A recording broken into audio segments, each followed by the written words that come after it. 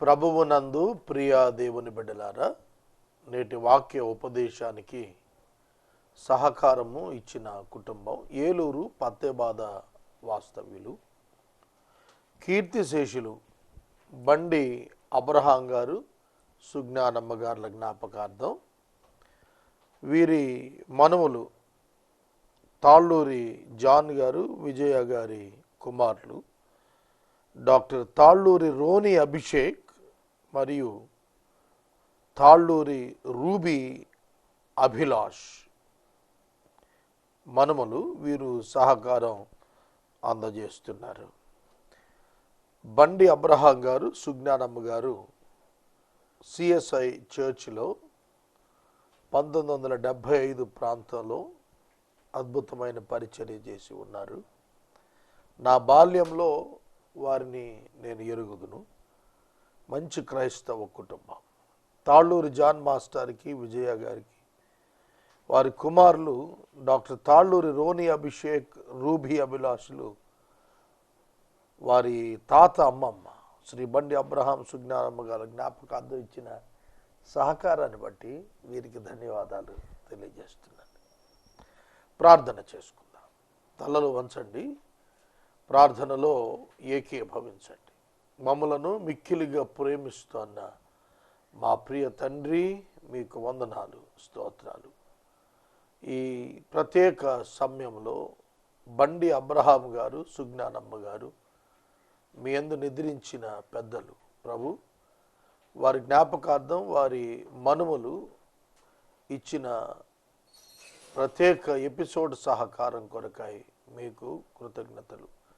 అభిషేక్, అభిలాష్లను మీరు ఆశీర్వదించమని ప్రార్థిస్తున్నాము.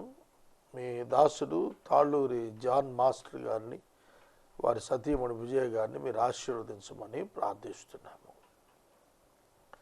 క్రైస్తవ కుటుంబాలు అనేకం ఉన్నాయి ప్రభు. ఇలా కృతజ్ఞతతో మిమ్మను వాక్యమును ప్రచురం చేసే కుటుంబాలను వీరి వలె లేవనెత్తమని ప్రార్థన చేస్తున్నాము. ఈ యవన బిడ్డలు అభిషేక్, అభిలాష్ క్రైస్తవ నాయన విశ్వాసములో దినదినాభివృద్ధి చెందుతూ ఉన్నత సేవ కొరకు సిద్ధపడుటకు సహాయం చేయము. ఈ దీన కుటుంబాన్ని దీవించు. నేటి వాక్య ధ్యానము మాకు ఆశీర్వాదకరంగా ఇవ్వండి. రక్షకుడైన యేసునామమున ప్రార్థిస్తున్నాము తండ్రి, ఆమేన్. ప్రభువునందు ప్రియ దేవుని బిడ్డలారా, మీ పరిశుద్ధ బైబిల్ గ్రంథాన్ని తెరవండి. మత్తయి సువార్త 21వ అధ్యాయము 33 వచనం నుండి 46 వచనము వరకు ఒకే వాక్య వివరణ భాగము ఉన్నది. ఈ 13 వచనాల్లో చెప్పబడిన ప్రధానమైన అంశం ఏమిటంటే, దేవుడు ఇశ్రాయేలీయులను ఏర్పాటు చేసుకున్నారు. అయితే ఇశ్రాయేలీయులు తిరుగుబాటు చేస్తూనే ఉన్నారు. దేవుడు తన ప్రవక్తలను ఇశ్రాయేలీయుల యొద్దకు తన పక్షంగా తన సందేశాన్నిచ్చి పంపించారు.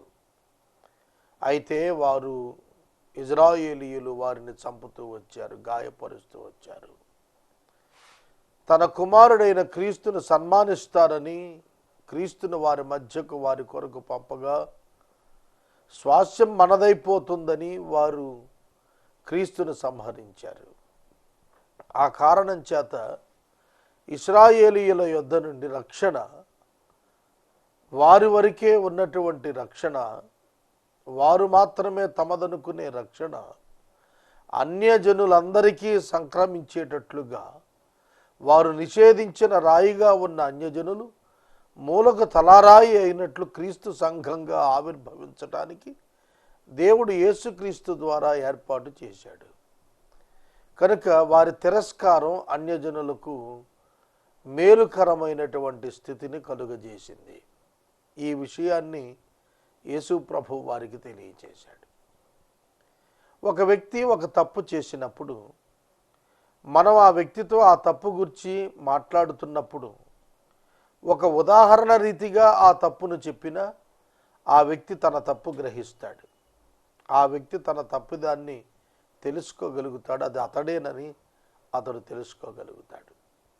బైబిల్లో ఉదాహరణ దావీదు ఊరియా భార్య అయిన బెత్షెబాతో రహస్యంగా పాపం చేశాడు. రహస్యంగా పాపం చేసి ఆమె గర్భవతి అయినప్పుడు ఊరియా మీదకు ఆ నెపాన్ని నెట్టాలని చూశాడు. కానీ ఊరియా నమ్మకస్తుడు, నీతిమంతుడు. యుద్ధం నుండి వెనకకు దావీదు పిలిపించిన యుద్ధానికే వెళ్ళటానికి ఇష్టపడ్డాడు, ఇంటికి వెళ్ళటానికి ఇష్టపడలేదు. ఊరియాను దావీదు యోవాబు చేత చంపించాడు. ఈ విషయం దేవునికి కోపాన్ని కలిగించింది. అందుకే నాతాను చేత దావీదును హెచ్చరిక చేయటానికి పంపగా నాతాను ఒక ఉదాహరణ చెప్పాడు. ఒక వ్యక్తికి ఒకే ఆడగొర్రె ఉంది, అది అతని పక్కలో పండుకుంటూ ఉంది. కానీ అతని పొరుగువానికి అనేక గొర్రెలు ఉన్నాయి. ఆ గొప్పవాని ఇంటికి బంధువు వచ్చినప్పుడు, స్నేహితుడు వచ్చినప్పుడు ఈ ఒక్కగానొక్క ఆడగొర్రెను కలిగి ఉన్న వ్యక్తి యొక్క కౌగిట నుండి ఆ ఆడగొర్రెను తీసుకుని వధించి విందు చేశాడు. దావీదు రౌద్రుడైపోయాడు. అట్టివాడు నా రాజ్యంలో ఉండకూడదని నాతాను అన్నాడు, ఆ మనుషుడవు నీవే. వెంటనే దావీదు, అవును నేను పాపం చేశాను అన్నాడు. ఈ వృత్తాంతంలో మీకు ఎక్కడా కూడా బెత్షెబా పేరు వినబడలేదు, ఊరియా పేరు వినబడలేదు, వ్యభిచారం అనే పేరు వినబడలేదు, యోవాబు పేరు వినబడదు, కుట్ర పేరు వినబడదు. వినపడిందల్లా ఒక్కటే, ఆడగొర్రె ఒక వ్యక్తి తన కౌగిట చేర్చుకొని అపురూపంగా పెంచుకుంటున్న ఒకే ఒక గొర్రె. 100 గొర్రెలు ఉన్నాయి ఒక యజమానుడికి. అతడు ఆ వ్యక్తి యొక్క ఆడగొర్రెనే తీసుకున్నాడు. వెంటనే దావీదుకి అర్థమైంది. తెలుస్తోందా? మనమైనా అంతే. చూడండి, తెలుగులో సామెతలు బాగా పెట్టారు. గుమ్మడికాయల దొంగ ఎవరు అనంటే భుజాలు తడుముకున్నాడంట ఒకడు. అంటే వాడొక్కడే భుజాలు తడుముకోవటం ఎందుకు? ఇంకా గుమ్మడికాయ భుజం మీద ఉందా? లేదు కదా, దాచాను కదా అన్నట్టుగా. కనుక ఒక వ్యక్తి యొక్క పాపం అతనికి ఏ రూపంలో జ్ఞాపకానికి తీసుకొచ్చే ప్రయత్నం చేసినా జ్ఞాపకానికి వచ్చేస్తుంది. ఇది వాస్తవం, ఇది మానవ సత్యం. కనుక మనం చూస్తున్నప్పుడు ఇశ్రాయేలీయులకు అర్థం అయిపోతోంది యేసు చెబుతున్న ఉదాహరణ. అందుకే యేసును పగబట్టారు వారు, యేసును తిరస్కరించారు. యేసును సిలువ వేయమని గట్టి కేకలేయటానికి కారణం ఏంటో తెలిసిన ఇలాంటి ఉపమానాలు ఆయన చెప్పటం. ఈ ఉపమానాలు సత్యము. ఈ ఉపమానాలు దైవ ప్రణాళికను వారికి అర్థమయ్యేట్లుగా చెబుతున్నాయి. వారి యొక్క దౌర్భాగ్యానికి, వారి యొక్క అవిధేయతకు, వారి యొక్క ఎదురాడు స్వభావానికి దేవుని యొక్క కఠిన శిక్షలు ఎట్లా వస్తాయో ఆయన చెప్పినప్పుడు వారు ఒప్పుకోలేకపోయారు. వారు నిషేధించిన అన్యజనాంగం, వారు పెంటతో సమానంగా ఎంచిన అన్యజనాంగం వారికంటే ఎత్తైన మూలస్థానానికి వెళ్ళి, ముఖ్య స్థానానికి వెళ్ళి కూర్చుండబోతున్నారు. క్రీస్తు యొక్క సంఘం ఇశ్రాయేలు సమాజం కంటే గొప్పది, ఆధిక్యతలు కలిగినటువంటిది. ఇది ప్రతి ఒక్కరము గుర్తెరగాలి. ఈ ఉపమానమే ఇక్కడ చెబుతూ వచ్చాడు. అయితే ప్రధాన యాజకులు, పరిసయ్యులు ఆయన చెప్పిన ఉపమానాలను విని తమను గూర్చియే చెప్పినని గ్రహించిరి. అర్థమవుతుందా? నేను చెప్పాను కదా, గ్రహిస్తారు, తప్పక గ్రహిస్తారు. చూడండి, సాధారణంగా నలుగురు కూర్చున్న చోట ఒక వ్యక్తి మరొక వ్యక్తిని కామన్ కామెంట్ చేసినా కూడా అవతల ఒకటి రెస్పాండ్ అవుతాడు. ఎందుకంటే దాని కనెక్షన్ అతని లైఫ్లో ఉందన్నమాట. అలాగున శాస్త్రులు, పరిసయ్యులు వీరందరికీ కూడా అర్థమైంది ఏంటంటే యేసు తమను గుర్చే చెప్పాడు. తమ దగ్గర నుండి దేవుని రాజ్యం తీసేయబడుతుంది. తాము ఎవరినైతే హీనంగా ఎంచారో వారికి దేవుని రాజ్యం ఇచ్చివేయబడుతుంది. అన్యులు, సుంకరులు, వేశ్యలు అని పిలువబడి వారి చేత నిషేధించబడిన వ్యక్తులుగా సమాజంలో ఉన్నటువంటి వారిని దేవుడు తన కుమారుడైన యేసుక్రీస్తు వారి యొక్క రక్తములో కడిగి పరిశుద్ధపరిచినప్పుడు వారు క్రీస్తు వధువుగా ఏర్పడగా వారు మూలకు తలరాయి కాబోతున్నారు. 2 కాన్సెప్ట్స్ ఉన్నాయి ఇక్కడ, 2 విషయాలు. ఒకటి, యేసును నిషేధించారు, యేసు మూలకు తలరాయి అయ్యాడు. అన్యులను, సుంకరులను, వేశ్యలను నిరాకరించారు, నిషేధించారు. యేసుక్రీస్తునందు రక్షించబడిన ఇవే సుంకరులు, అన్యులు, వేశ్యలు మూలకు తలరాయి అయ్యారు. కనుక నేటి సంఘాన్ని మీరు చూస్తున్నప్పుడు మనమంతా అన్యులమే. మనం యూదులం కాదు. జన్మతః మనం అబ్రహాము సంతానంలో పుట్టిన వారము కాదు. కానీ అబ్రహాము సంతానము యొక్క వాగ్దానములలో మనం కూడా క్రీస్తు యేసు ద్వారా పాలుభాగస్థులం అయిపోయాము. కనుక యేసుక్రీస్తునందు దైవ వాగ్దానాలన్నీ కూడా అన్యులమై ప్రభువును అంగీకరించిన మనకు అవును, ఎస్ అన్నట్టుగానే ఉన్నాయి, నో అని కాదు. కనుక ఏవైతే ప్రివిలేజెస్ యూదా ప్రజలకు, ఇజ్రాయేల్ ప్రజలకు ప్రభు ఇచ్చాడో అంతకు మించినటువంటి ఆశీర్వాదం, అంతకు మించినటువంటి ప్రివిలేజెస్, అంతకు మించినటువంటి ఘనతలు దేవుడు అన్యజనులుగా ఉండినా రక్షణ పొందిన వారికి ఇచ్చాడు. సోదరుడా, సోదరి, ఈ సమయంలో ఈ వృత్తాంతం 33 నుండి 46 వరకు ఈ వివరాలు తెలియచేస్తున్నాయి. వరుసగా చదువుకుందాం. మరి యొక్క ఉపమానము వినుడి, మరి యొక్క ఉపమానము వినుడి. పైన 28వ వచనంలో ఒక ఉపమానం చెప్పాడు, 33లో మరొక ఉపమానం చెబుతున్నాడు. 28లో చెప్పిన ఉపమానం ద్రాక్ష తోటలో పనిచేయుటకు వెళ్ళమని యజమానుడు తన 2 కుమారులను కోరిన సన్నివేశాన్ని వర్ణించాడు. 33వ వచనం నుండి ద్రాక్ష తోట యజమానుని గూర్చి మాట్లాడుతున్నాడు. దానిని గుత్తకు ఇచ్చాడు, దానిని లీజ్కి ఇచ్చాడు అన్నమాట. దానిని కాపు కొరకు ఇచ్చాడు, కౌలు కొరకు ఇచ్చాడు అని అర్థం ఇక్కడ. కనుక ఆ కౌలు తీసుకున్న వ్యక్తులు యజమానుడికి మధ్య జరిగినటువంటి సందర్భాలు ఇక్కడ వ్రాస్తున్నాడు. అతడు ఒక ద్రాక్ష తోట నాటించాడు, దాని చుట్టూ కంచె వేయించాడు, అందులో ద్రాక్ష తొట్టె తొలిపించాడు, గోపురము కట్టించాడు, కాపులకు దానిని గుత్తకిచ్చాడు, దేశాంతరమునకు పోయాడు. ఇక్కడ కాపులకు గుత్తకిచ్చెను అనే పదం చాలామంది కాపు రిలీజియన్ని అనుకుంటున్నారు. కాదు కాదు, కాపులకు ఆయన ద్రాక్ష తోటను గుత్తకిచ్చాడు అంటే అర్థం ఏంటంటే వాళ్ళు టెనెంట్స్ అని చెప్పాడు. It leased it to tenants and built it our and leased it to tenants. Tenants అంటే అద్దుకున్నవాళ్ళు, లీజుకు తీసుకున్నవాళ్ళు, అద్దెకు తీసుకున్నటువంటి వారు. కనుక అద్దెకు తీసుకున్నటువంటి వారికి అప్పగించడానికి ముందు కొన్ని పనులు చేశాడు. ఈ ద్రాక్ష తోట దేనిని సూచిస్తోంది? దేవుని యొక్క రాజ్యాన్ని సూచిస్తోంది. ఈ ద్రాక్ష తోటలో ఉన్నటువంటి ఆ ఫలములన్నీ కూడాను ఇశ్రాయేలీయులే ఒకప్పుడు. కనుక ఈ ద్రాక్ష తోటను ఎట్లా సిద్ధం చేశాడట ప్రభువు? ఇశ్రాయేలును ఎట్లా సిద్ధం చేశాడట? అతడు ద్రాక్ష తోట నాటించెను.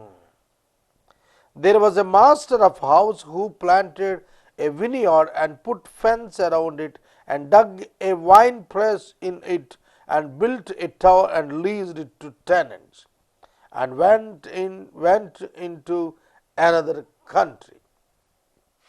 ఈ వచనాలు మనం చూస్తున్నప్పుడు ఇక్కడ మనకు అర్థమవుతున్నది ఏమిటంటే there was a master of a house who planted a vineyard. Who planted a vineyard? Who planted a vineyard? ఇశ్రాయేలీయులను నాటినటువంటి వాడు మన ప్రభువే. ఆయన ద్రాక్ష వనమని వ్యవసాయంలో ద్రాక్షగా వారిని నాటాడు. నాటినప్పుడు వారు కారు ద్రాక్షలు ఫలిస్తున్నారు. వారు కారు ద్రాక్షలు ఫలించేవారుగా తయారయ్యారు. మధురమైన ద్రాక్షలు కాయాలని దాని యజమానుడు ఆ స్థలాన దానిని ఉంచితే ఆ ద్రాక్షలు ద్రాక్ష పండ్లు గాక కారు ద్రాక్షలు కాస్తున్నాయి. కారు ద్రాక్ష అంటే చేదు. కనుక ద్రాక్ష పండ్లు మధురంగా ఉంటాయి, కానీ చేదు పండ్లు ఎవరు తినరు. ఈ పండు అనేది క్రియను సూచిస్తుంది. కనుక ఇశ్రాయేలీయులను దేవుడు నాటాడు. దేవుడు నాటాడు. ఎక్కడ నాటాడు? ఐగుప్తు నుంచి విమోచించి కాల్బలాన్ని నడిపించి కనానులో తీసుకుని వచ్చి ప్లాంట్ చేశాడు. అక్కడ విత్తాడు. కనానులో వారిని ఉంచటం it's nothing but a plantation. కనుక కనాను దేశం వారికి ఇచ్చాడు. కనానులో వారిని విత్తాడు. విత్తటమే కాదు, దాని చుట్టూ కంచె వేయించాడు. God protected the nation of Israel all the time. అన్ని వేళలా దేవుడే ఇశ్రాయేలీయులకు కంచెగా నిలబడ్డాడు. యోబు గ్రంథంలో కంచె విలువను గురించి రాస్తాడు. సాతానుడు దేవుని ఎదుట పెట్టుకున్న అప్పీల్ ఏంటంటే, నీవు యోబు చుట్టూతా అతని కుటుంబము చుట్టూతా కంచె వేసి ఉన్నావు గనుక అతనిని నేను ముట్టలేనన్నాడు. కనుక నువ్వు కంచె తొలగించు అన్నాడు. కంచె తొలగించటం అంటే ఆయన సంరక్షణలో ఉంచుకున్నాడని అర్థం. అది తొలగిస్తే, అపవాదికి ఆ దేవుడి అప్పగిస్తే ఏమవుతుంది? అవిధేయత వలన దేవుడు వారిని అపవాదికి అప్పగించినప్పుడు ఏమైంది? వారు నష్టపోలేదా? కాబట్టి ఇక్కడ వచనం ఏమిటంటే, తోట నాటించిన వాడు ఆయనే, కంచె వేయించిన వాడు ఆయనే. దేవుడే ఇశ్రాయేలీయులను కనానునకు తీసుకుని వచ్చాడు. ఈ పాలు తేనెలు ప్రవహించు దేశాన వారిని ఉంచటం మాత్రమే కాదు, వారికి కంచె వేశాడు, వారికి భద్రతనిచ్చాడు, న్యాయాధిపతులనిచ్చాడు, రాజులను ఇచ్చాడు. కంచె వేసెను. ఈ ద్రాక్ష తోట కాపులకు గుత్తకిచ్చెను. ఇక్కడ కాపులు అన్నప్పుడు కాపుదల కొరకు ఏర్పరచబడిన లీజుదారులు అని అర్థం. మన భాషలో లీజుదారులను మనం కౌలుదారులు అంటాం కదా. వ్యవసాయ విషయంలో కౌలుదారులు అంటాం. కౌలుకు అప్పగించాడు. కౌలుకు అప్పగించినప్పుడు కౌలుదారుడు పంట వేసుకుంటాడు.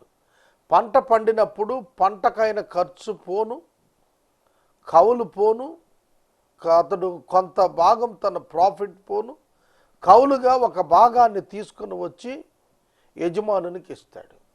కేవలం భూమి అతనికి అప్పగించినందున అతడు ఫలము రప్పించుకొని ఆ ఫలములో కొంత భాగం యజమానునికి తెచ్చి ఇస్తాడు కౌలులో. కనుక కౌలుకి ఇచ్చినప్పుడు ఒక 30 బస్తాలు పండాయి అనుకోండి ఒక ఎకరంలో, ఒక 7 బస్తాలో 8 బస్తాలో తీసుకుని వచ్చి కౌలు కింద చెల్లిస్తాడు కౌలు రైతు. యజమానుడు దాన్ని తీసుకుంటాడు. మిగిలిన దానిలో పెట్టుబడి పోను, మిగిలిన దానితో వ్యవసాయం చేసినందుకు ఆ వ్యక్తి బ్రతుకుతాడు. భూమి ఇచ్చినందుకు కౌలు దొరుకుతుంది, పని చేసుకున్నందుకు ఫలము వారికి దొరుకుతుంది. ఈ కాన్సెప్ట్ మొట్టమొదటి నుంచి ఉంది. అది ఇవాళ వచ్చింది కాదు. ఇవాళ కౌలు రైతు సిస్టమ్ ఇవాళ వచ్చింది కాదు, ఎప్పటి నుంచో ఉంది. 2000 సంవత్సరాల క్రితం యేసు ప్రభు ఉన్నప్పుడు ఈ సిస్టమ్ ఉంది. ఇంకా కొన్ని వందల సంవత్సరాలు వెనక్కి వెళితే కూడాను ఈ కౌలు సిస్టమ్ ఉంది. కాబట్టి మనకు రెవెన్యూ డిపార్ట్మెంట్ దీనికి సంబంధించినటువంటి విషయాలన్నీ చూస్తూ ఉంటుంది. ఈ యొక్క సిస్టమ్ ఇవాళ ఒక ఇండియన్ కాన్స్టిట్యూషనల్గా మనకు సంక్రమించినటువంటి అడ్మినిస్ట్రేషన్లోనిదే కాదు. ఇది ప్రపంచవ్యాప్తంగా ఈ విధమైనటువంటి వ్యవసాయపు పోకడ ఉన్నది. ఈజీ టు అండర్స్టాండ్, సులువుగా అర్థం చేసుకోవటానికి వీలయ్యేటట్టుగా ఈ యొక్క విధానం ఏర్పాటు చేయబడింది. కనుక ప్రభు చెబుతుందండి, ఇది కాపులకు గుత్తకిచ్చెను. కనుక ద్రాక్ష తోట ఇశ్రాయేలు దేశము, ఇది నాటినవాడు ఆయనే, దీనిని ఆయన కాపుదల కాస్తున్నాడు, కంచె వేసి కాపుదల కాస్తున్నాడు. దాని నుంచి ఫలములు రప్పించేటువంటి బాధ్యత కాపులకు ఇచ్చెను. కాపులకు ఇచ్చెను అన్నప్పుడు ప్రధాన యాజకుడు లేవీయులు వీళ్ళందరూ అన్నమాట. కనుక వాళ్ళకి స్పష్టంగా కాపులను సంహరించి అనే పదం వారికి అర్థమైపోతుంది. యేసు చెబుతోంది మన గురించే, మనం ఒక ప్రత్యేక పని కొరకు దేవుని చేత నియమించబడ్డాం, కానీ మనం దాన్ని చేయకుండా వేరేది చేస్తున్నాం. కాబట్టి ఆయన మనకు శిక్షనిస్తానని చెబుతున్నాడు అనేది వాళ్ళకు అర్థమైపోతోంది. విషయం విచిత్రం ఏమిటంటే వారు అర్థం చేసుకున్నాక కూడా మారు మనసు పొందలేదు. అది వారి కఠిన హృదయాన్ని సూచిస్తోంది. శాస్త్రులు, పరిసయ్యులు, సద్దూకయ్యులు, ప్రధాన యాజకులు, లేవీయులు వీళ్ళందరూ కూడాను ఆనాడు మారు మనసు పొందవలసిన వారై ఉండగా మారు మనసు పొందకుండా మతాన్ని బట్టి అతిశయించి మార్గంలోకి రాకుండా తప్పిపోయారు. కాబట్టి కాపులకు గుత్తకిచ్చును అన్నప్పుడు ఈ యొక్క లేవీయుల కుటుంబాలకు ఇశ్రాయేలీయుల యొక్క ఆధ్యాత్మిక వెల్ఫేర్ అంతా కూడా దేవుడు అప్పచెప్పాడు. దేవుడు ఈ లేవీయులను యాజకులకు ఏర్పరచుకొని ఆ వారిలోని ప్రధాన యాజకుడు తీసుకొని వచ్చి స్పిరిచువల్ ఫ్రూట్స్ 12 ట్రైబ్స్ వారు ఫలించేటట్టుగా లేవీయుల పైన బాధ్యత పెట్టాడు. కనుక లేవీయులు ఆధ్యాత్మికంగా ఇజ్రాయేలు సమాజాన్ని సంస్కరించవలసిన వారై ఉన్నారు. కానీ వారు మాంసాపేక్షతో, ధనాపేక్షతో, వ్యభిచార దాహంతో కొట్టుమిట్టాడిపోయారు. భయభక్తులు వదిలారు, మాదిరి జీవితాన్ని వదిలారు, సాక్ష్య జీవితాన్ని వదిలేశారు, వ్యభిచార జీవితంలో పడ్డారు, ధనాపేక్ష జీవితంలో పడ్డారు, అధికార దాహంలో పడ్డారు, గుర్తింపు కొరకు పాకులాడారు. కనుక ఇక్కడ ఇజ్రాయేలు దేశాన్ని ఆత్మీయంగా నడిపించుటకు, తద్వారా ఫలములను దేవునికి సమర్పించుటకు వారికి ఈ ప్రధాన యాజకులనేటువంటి వారికి, యాజకులనే వారికి, లేవీలనే వారికి ఈ సమాజాన్ని అప్పగించాడు. ఇచ్చి ఆయన దేశాంతరము పోయెను అంటే ఆయన పరలోకవాసిగానే ఉన్నాడు, భూమి మీద వీళ్లను ఏర్పాటు చేశాడు అని అర్థాన్ని ఇస్తుంది. తర్వాత ప్రతి ఏటా కూడా ఫలమును సమర్పించాల్సి ఉంది ఈ యొక్క ద్రాక్ష తోట కౌలుదారుడు. అయితే ప్రతి సంవత్సరం యజమానుడు ఫలం కోరుతున్నాడు.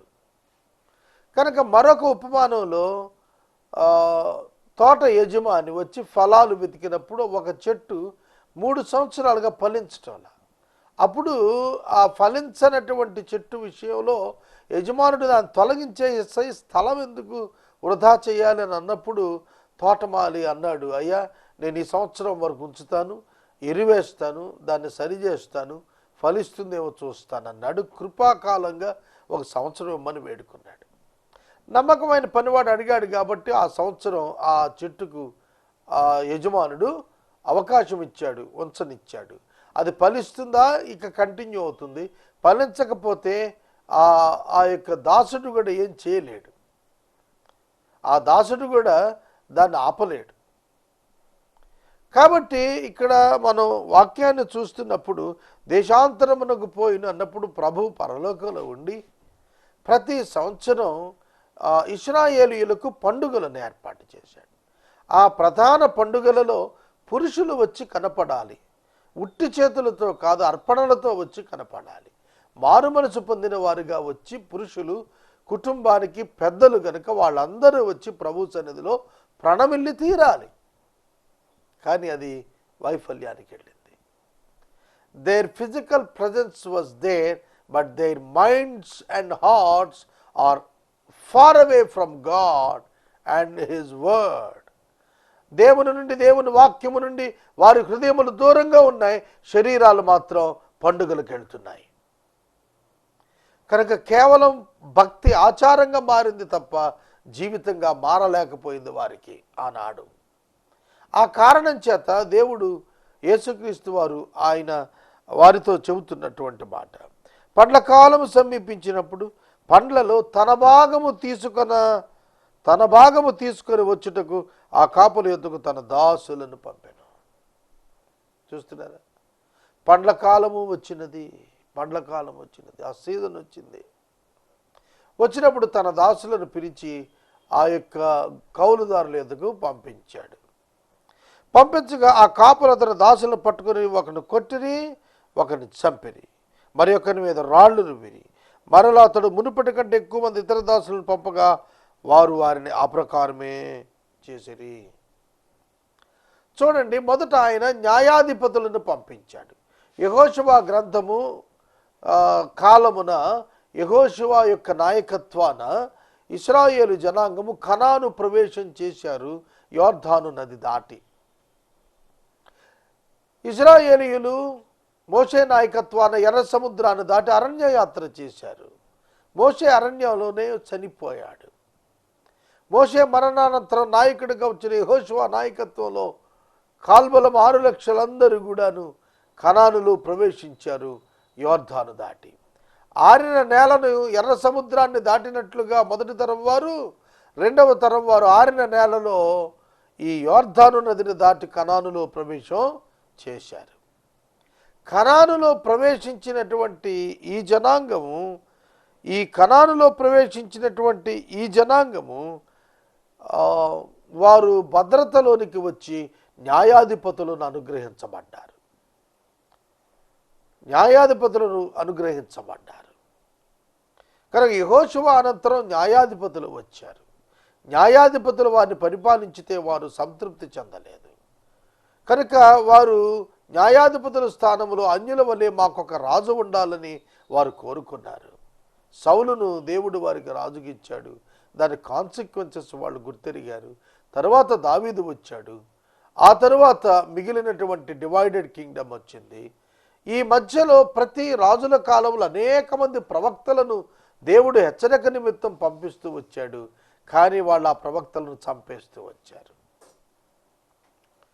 బరకియా కుమారుడు జకర్యా వరకు హేబేలు రక్తం నుండి ఇజ్రాయేలు జనాంగం లెక్క చెప్పాలన్నాడండి వాక్యంలో. కనుక మనం గమనిస్తున్నప్పుడు ఈ ప్రవక్తలను పంపాడు. తదుపరి దీర్ఘదర్శులుగా న్యాయాధిపతులను పంపాడు. రాజులను పంపించాడు రెక్టిఫై చేయటానికి. ప్రవక్తలను పంపించాడు వారికి వాక్యోపదేశం చేయటానికి. కానీ ప్రవక్తలను కూడా చంపారు. అహాబు ఇజ్రాయేలు రాజు యెజబేలును వివాహం చేసుకున్నాడు. యెజబేలు అన్యురాలు. యెజబేలు ఏలియాను చంపుతానని ప్రతిజ్ఞ చేసుకొని తిరిగింది. ఆ తర్వాత ఆమె చనిపోయింది అనుకున్నది దైవ కార్యం. కాబట్టి మనం గమనం చేస్తూ ఉన్నప్పుడు ప్రధాన యాజకులు ఏ విధంగా వచ్చారు, ఏ విధంగా కాపులుగా వర్ణించబడ్డారో మనం చాలా తేటగా చూస్తున్నాము. సోదరుడా, సోదరి, రెండవ పర్యాయము మరికొందరు దాసులను పంపితే వాళ్ళ మీద కూడా రాళ్ళు రువ్వారు. ఎక్కువ మంది దాసులు వచ్చారు. ఆ ప్రకారమే వాళ్ళు వారికి చేశారు. తుదకు ఆయన ఆలోచన స్ట్రాటజీలో ఏమిటంటే, నా కుమారుని పంపిస్తాను, సన్మానించి పంపుతాడు అని అనుకున్నాడు. రేపటి వాక్య ధ్యానంలో ఈ వచనాలు నేను మరలా ధ్యానం చేస్తాను. నేటి ఎపిసోడు సహకారం ఇచ్చిన కుటుంబం క్రీస్తు శిష్యులు శ్రీ బండి అబ్రహాం గారు, సుజ్ఞానమ్మ గారుల జ్ఞాపకార్థం మనముల డాక్టర్ తాళ్ళూరి రోని అభిషేక్, తాళ్ళూరి రూబీ అభిలాష్ సహకరించారు. ఈ కుటుంబాన్ని దేవుడు దీవించునుగాక. ప్రార్థన. మమ్మల్ని మిక్కిలిగా ప్రేమిస్తున్న తండ్రి వందనాలు. వాక్యమైన బిడ్డలను దీవించండి. నిషేధించబడిన జనాంగం మాకు రక్షణ దొరికింది. మేము మూలకు తలరాయి అయిపోయాం. అది మాకొచ్చిన నిషేధం కారణంగా దొరికిన భాగ్యం. కృతజ్ఞతలు. అభిలాష్, అభిషేక్ అను ఈ చిన్న బిడ్డలను మీరు ఆశీర్వదించండి. యవనులు ప్రభు తొట్టిల్లకుండా సాయం చేయండి. మంచి ఉన్నత స్థాయికి ఎదగంపచేయండి. ఘనత, మహిమ, ప్రభావాలు మీరు పొందండి. నాయనా, ఎపిసోడ్ సహకారం లేరు, ఆర్థిక ఇబ్బంది చాలా ఉంది, సహాయం చేయండి. యేసు దివ్య నామమున ప్రార్థిస్తున్నాం తండ్రి, ఆమేన్. తండ్రి అయిన దేవుని ప్రేమ, కుమారుడిని యేసయ్య కృప, పరిశుద్ధాత్మని అన్యోన్య సహవాసం సదా మనకు తోడైనగాక. ఆమేన్.